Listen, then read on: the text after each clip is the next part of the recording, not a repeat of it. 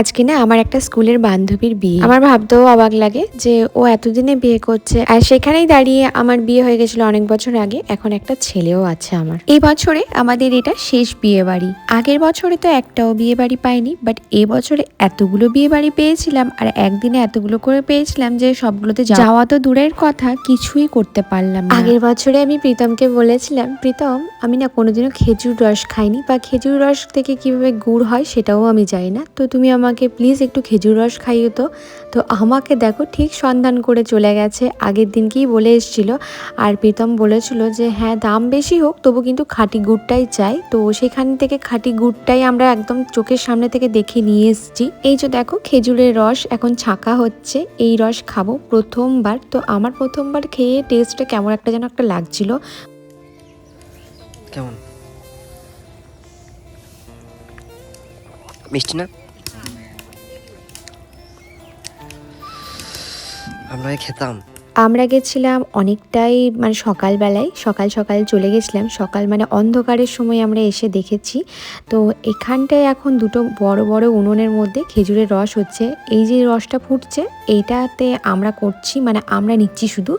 আর যেটা ওইদিকে ফুটে এখন রেডি হয়ে গেছে ওইটা গ্রামের জন্য নাকি বানানো হচ্ছে। এই যে গুড় নামানো হচ্ছে। এদের জীবনযাপন ভীষণ সাধারণ, মানে খুবই সাধারণ। ওই যে পেছনে দেখছো একটা ঘর রয়েছে, ওই ঘরে ওরা শোয়, মাটির ঘর। মাটির ঘরও ঠিক বলা যায় না, মাটির উপর খুব সুন্দর করে তিরপল ভালো মোটা জিনিস দিয়ে খুব সুন্দর করে ঘরটা বানিয়েছে। কি ধুম উঠছে।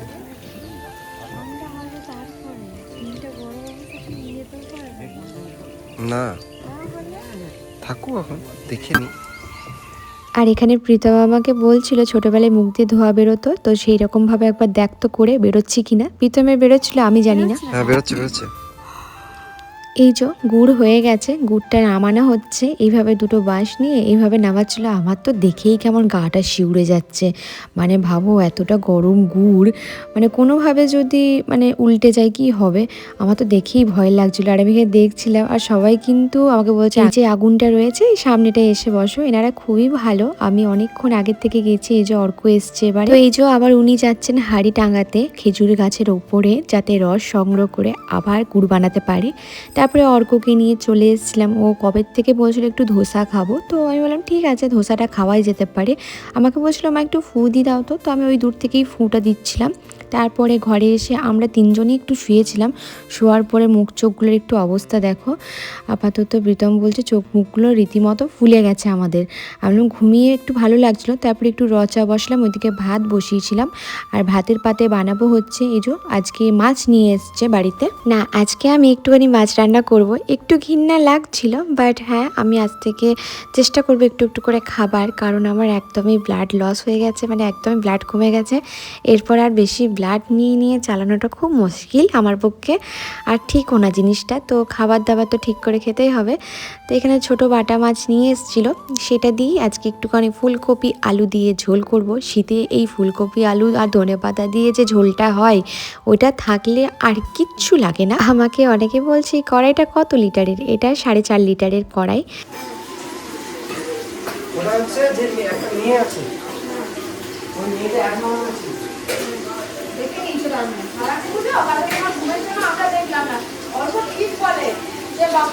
বাবার ভরসায় দেখো না, বাবা স্বার্থপর, বাবা দেখে নেয়। অর্ক একদম পাক্কা কথা বলে।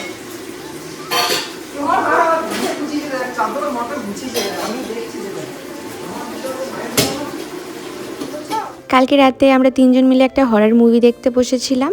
মাঝপথে যেতে যেতে, মানে মাঝপথেও যাইনি, তার আগেই দেখলাম প্রীতম বলছে আমার বেশ ঘুম পাচ্ছে। ও দেখলাম ঘুমিয়েও গেছিলো, তাই আমি বন্ধ করে আর দেখলাম না। আসলে সবাই মিলে একটা মুভি দেখলে না ভালো লাগে, ওই একা একা হট করে মুভিটা মাঝখান থেকে দেখতে ভালো লাগে না। তো আমি প্রীতমকে বললাম কালকে সকালবেলায় বা একটা দিন দেখে মুভিটা কিন্তু দেখে শেষ করব। ও বাবা সকালবেলায় নিজে একা একা দেখে নিয়েছে মুভিটা। এটা এবারে না, প্রত্যেকবার করে। তো অর্ক আমাকে বলে যে মা বাবার ভরসায় থেকো না, বাবা কিন্তু ঠিক দেখে নেয় নিজে ফুকফাক করে, আমরাই শেষ পর্যন্ত বোকা হয়ে যাই। আর এই যে রান্নাঘরটা দেখো কি অবস্থা আমার রান্নাঘরের। তো আপাতত আমি না জিনিসগুলোকে সেট করে রাখি, এগুলো এখন আমি মুছতে পারবো না, তাই ভাবলাম একটুখানি সেট করে রাখি। সব ভুলভাল দিকে প্রীতম না সেট করেছে, মানে ও যখন আমি বিয়ে বাড়িতে ছিলাম মাঝে মাঝে ঘর দিকে আসছিল, তো কী যে করেছে আমি জানি না ঘরের মধ্যে এসে। তো এইরকমভাবে সব কিছু দেখলাম উল্টো পাল্টা হয়ে গেছে, আমি যেভাবে সাজিয়েছিলাম সেগুলো একটাও সাজানো নেই, সব উল্টো পাল্টা হয়ে গেছে। কিন্তু হ্যাঁ, ও যেই সময়টায় সামলেছিল সেই সময়টায় ওই বলে সামলেছিল ঘরের জিনিসগুলো সব রয়েছে, তো আমি ওকে কিছু বলিনি। আমি বললাম যে না, আমার তো এখন হাতে সময় রয়েছে, একটা ঝোল তরকারি ভাত করছি, তো এইটা নিয়ে এত হয়ে যাবে, একটু একটু করে মুছে টুছে তো আর ঢোকাতে হচ্ছে না, দেখি যতটা পারি হালকা সাজিয়ে রাখি, কারণ আমি কোনো জিনিসই হাতের কাছে আর পাচ্ছি না। আর রান্না করতে করতে কোনো কিছু জিনিস না হাতের কাছে না পেলে প্রচণ্ড বিরক্ত লাগে। তো আমি দেখলাম যে না, দেখো একটা পিনাট বাটারের কৌটো শেষ হয়ে গেছে, তারপরে ওইটাকে রেখে দিয়েছে ভেতরে, মানে ওইটা যে সরিয়ে রাখতে হয় সেটাও ভুলে গেছে। তো এখানে মাছটা, আলুটা, ফুলকপিটা আমি একটু জলে ভিজিয়ে রেখেছিলাম গরম জলে, তো সেটা ফুলকপিটা ভেজে নিচ্ছি। আর আজকের ফুলকপিটা খুব সুন্দর, মানে এত জমাট ছিল ফুলকপিটা আর শক্ত ছিল, খুব সুন্দর। তো এই যে দেখো সবই কিচেনের কাজ আমার হয়ে গেছে। তো তারপরে আমি একটুখানি ভিম জেল হালকা গরম জলের মধ্যে যে মশলার কন্টেনারগুলো ছিল সেটা আমি একটুখানি ভিজিয়ে রেখে দিচ্ছি। আর দেখো এটা জমেছিল ধনে গুঁড়োটা, তো আমি দেখিনি, ফট করে জলের মধ্যে চলে গেছে। মানে আসলে আমি কি করি অন্যবার ধুয়ে ধুয়ে রাখি, বাট এখন না মাথাটা একদমই গেছে, মানে যে কাজটা যেভাবে করি না কেন চাই না ভুলভাল হয়ে যাচ্ছে কাজগুলো খুব। তো আবার দেখো ধুয়ে ধুয়ে বোতলগুলো আমি আবার জলের মধ্যে ভিজিয়ে রাখলাম। আর এদিকে মাছের ঝোলটা চাপাবো। আর এই মাছের ঝোলে কিন্তু বিশাল কিছু মশলা লাগে না, একটু জিরে আদা বাটা দিয়েছি এর মধ্যে, কারণ পেঁয়াজ রসুন দিয়ে এই মশলা মানে এই ঝোল করলে ভালো লাগবে না, একটু টমেটো দিয়েছি আর মিক্সার বাটিটা ধোয়া জল দিলাম। আর আপাতত প্যাকেট কেটেই নুনটা দিচ্ছি, তার কারণ হয়েছে দেখলে তোমরা যে যেই মশলাগুলো রাখি কন্টেনারগুলো সবই ভিজিয়ে রেখেছি, প্রচুর তেলচিট হয়েছিল। সবাই বলো বৃষ্টি তোমার রান্নাঘরে তো কিচেন চিমনি নেই, তো তোমার তেলচিট হয় না? প্রচুর তো তেলচিট হয়, এত সুন্দর করে সাজিয়ে রেখেছো, প্রচুর হয় গো। আমি প্রায় দিনই মানে প্রতিদিনই না একটু একটু করে মুছে রাখি, তাই এতটা হয় না। বাট কি হয়েছে এই বিয়েবাড়িটা তো পুরোটাই রান্না করেছি, এত সময় পাইনি বলো, তো সেই কারণে একটু হয়ে গেছে তেলচিট। তো ওইগুলি পরিষ্কার করতে করতে একটুখানি সময় লাগবে। তো টমেটো গরম জল দিয়ে, আর এই শীতের সবজিতে দেখবে যত গরম জল দিয়ে রান্না করবে যে কোনো নর্মাল সবজি ততই ভাল লাগে। একটু বেশি করে জল দিলাম আর একটুখানি ভাজা মশলা, এটা হচ্ছে আমার শীতকালের একটা স্পেশাল মশলা, যে ভাজা মশলাটা আমি অ্যাড করি। আর অনেকটা পরিমাণে ধনে পাতা, পুরো ফ্লেভারটাই চেঞ্জ করে দেয় ঝোলের মধ্যে। কাঁচা লঙ্কা দিলাম, ব্যাস। এরপরে মাছটা দিয়ে দেবো, মাছটা দিয়ে ফুটতে দেবো, মাছের ঝোলের আলাদা রকমই টেস্ট চলে আসবে। আর প্রীতম রাতেবেলায় খেয়েছিল, প্রীতম আমাকে বলছে বৃষ্টি ঝোলটা যে কি দারুণ হয়েছে আমাকে বলছে। তো আমি তো এর মধ্যে ওই যে বললাম তোমাদেরকে পেঁয়াজ রসুন এসব কিছুই দিইনি। আর এখানে আমি একটুখানি হালকা করে সাজগোজ করছিলাম। দেখো আমি যতটুকু মেকআপ পারি অতটুকুই মেকআপ করার চেষ্টা করি। প্রীতম এখানে আমাকে কন্টিনিউ বলছে ভালো লাগছে, খুব সুন্দর লাগছে, কিন্তু কী যে সুন্দর লাগছে আমি নিজে জানি না। এই যে অর্ক আমাকে জ্বালাচ্ছে, ওর বাবা যদি আমাকে একটু দেখতে সুন্দর বলে তখন ও এসে পড়ে বলবে না আমি বলবো মাকে সুন্দর দেখতে, তুমি বলবে না। তো এবার সিঁদুর পরে নিচ্ছি আমি। বাহ, সুন্দর বানছিস তো।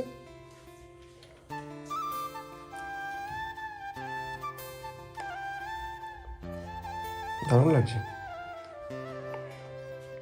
ভালো লাগছে। দেখি মুখটা দেখি একবার, পড়ে নেই।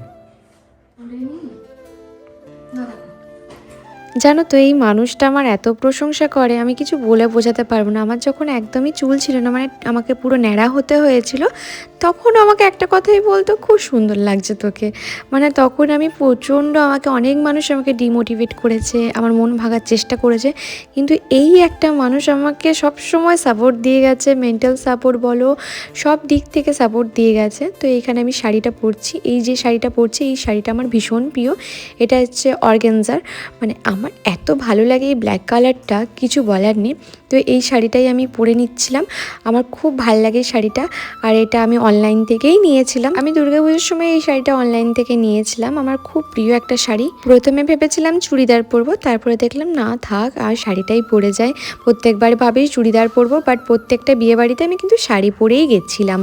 আর এই যে এখানে প্রীতম একটু হেল্প করে দিচ্ছিল, হেল্প না করলে আমি শাড়ি পরতে পারি না একদমই, সেটা যেই কাউকে হেল্প করে দিতে হবে।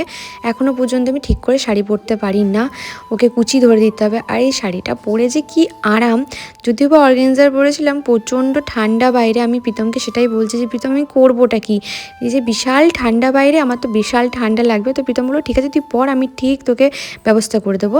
তো এখানে প্রথমে দেখছিলাম অন্যান্য কানের টানের পরে, মানে একটু অক্সিডাইজ জুয়েলারি পরে দেখছিলাম, বাট আমি দেখলাম যে না, যেটা গোল্ডের উপর ফুটছে সেটা না অন্যটা কিছুতে ফুটছে না। তো ওই জন্য ভাবলাম যে না, ছোট্ট করে অন্য রকমভাবেই করে যায়। এই কানেরগুলো ভালো লাগছিলো, বাট আমার না খুব এক ভারী কানের না, কানের মধ্যে পরতে পারি না। এই কানেরগুলো বেশ ভারী ছিল, তো আমি ওগুলো চেঞ্জ করে আমার ছোট ছোট ডিজাইন আছে গোল্ডের, ওইগুলো আমি পরলাম। আর এইদিকে প্রীতমও ব্লেজারটা পরে নিয়েছিল, এই যে সুন্দর করে। এটা দাদার বিয়ের সময় ও ব্লেজারটা মানে বলতে পারো 5 দিনের মাথায় ওকে হাতে দিয়েছে, মানে একদম পিস কেটে ফেটে দিয়েছে। মানে ওই দাদাকে এতটা থ্যাঙ্কফুল, মানে ওর একটা ব্লেজার বাকি ছিল বিয়ে বাড়িতে, তো এটা যে ওকে হাতে দিয়েছে আর এত সুন্দর ফিটিং করে দিয়েছে, খুব সুন্দর। তো এই যে দেখো, আমি প্রীতমকে বলছিলাম প্রীতম আরেকবার কুচিটা ঠিক করে দাও, আমার ভালো লাগছে না ঠিকঠাক করে। তো এই যে আমরা রেডি হয়ে গেছি। আমি একটা গলায় সরু চেন পরেছি, মানে আমার না খুব সিম্পলি ভাল লাগে সাজতে। দাদার বিয়েতেই একটুখানি হেভি সেজেছিলাম আমি সব দিক থেকে, কারণ আমার চেয়েছিলাম আমি হেভি সাজতে, তাই বাকি সময় না এমনি সিম্পলি সাজতে আমার খুব ভালো লাগে। চুলটাও আমি আজকে নতুনভাবে একটু বাঁধার চেষ্টা করেছি, হয়তো জানি না কেমন লাগছে, প্রীতম বলছিল খুব ভালো লাগছে। আর এই হলো আমার সেই বান্ধবী যার বিয়ে আজকে, ও কিন্তু আমার বিয়েতে গেছিলো।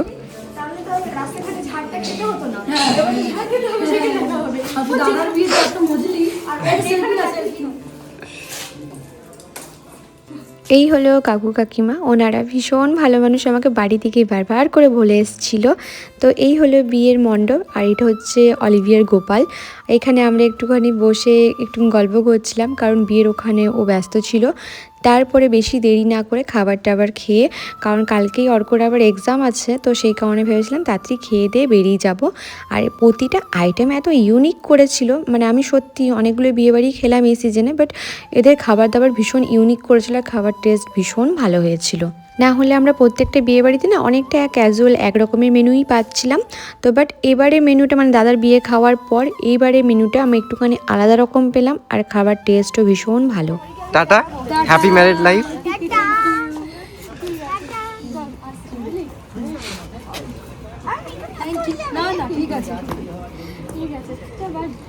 Tata, good night. এই মাত্র বিয়েবাড়ি থেকে এলাম, আর এখন মুখে পান আছে, যদিও বা খাচ্ছি মিষ্টি পান। খাবার দাবার এত ভালো করেছিল, সত্যি সবকটা আইটেমই ইউনিক ছিল। আর আমি আর একটুখানি থাকতাম, বিয়ে টিয়ে দেখে আসতাম, কিন্তু সেটা হলো না।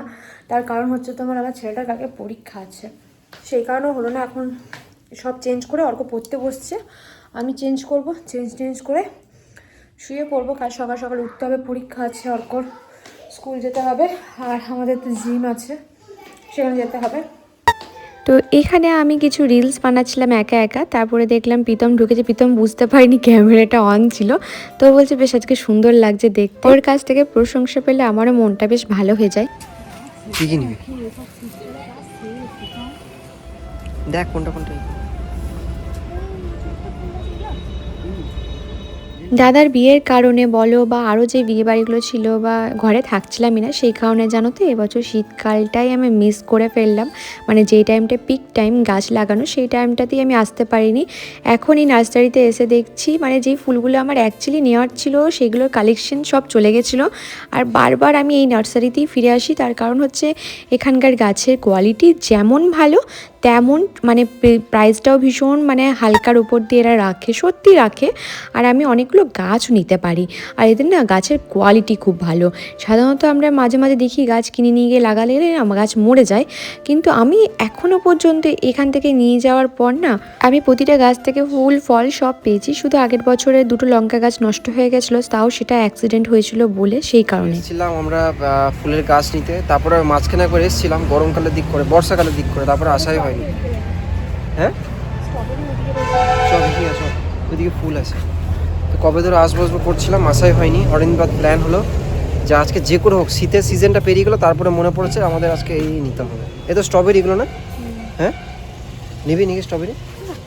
স্ট্রবেরি এখন ভালো গ্রো। স্ট্রবেরিটা সে কী হয়ে গেল কে জানে, কেউ নজর লাগিয়ে দিল না কি হলো।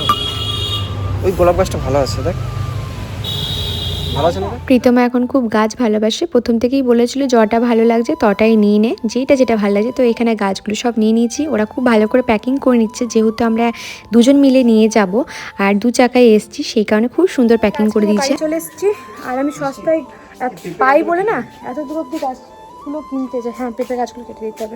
এগুলো গ্রো হবে না। আমার অনেক আঁকুর খাওয়া হলো, আর খাবো না, থাক। আরে কাটারি আজকে প্রীতমের ছুটি ছিল, সেই কারণে এইগুলো নিয়ে আসা হলো। ও বলছিল যে কবে থেকে বলছিলাম আনবো, তো আজকে নিয়ে আসি গা।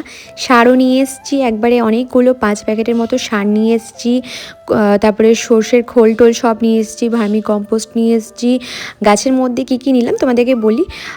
3 রকমের লঙ্কা গাছ নিয়েছি, 3 রকমের লঙ্কা গাছ নিয়েছি, একটা শিউলি গাছ নিয়েছি, এটা না 12 মাস শিউলি ফুলটা হবে।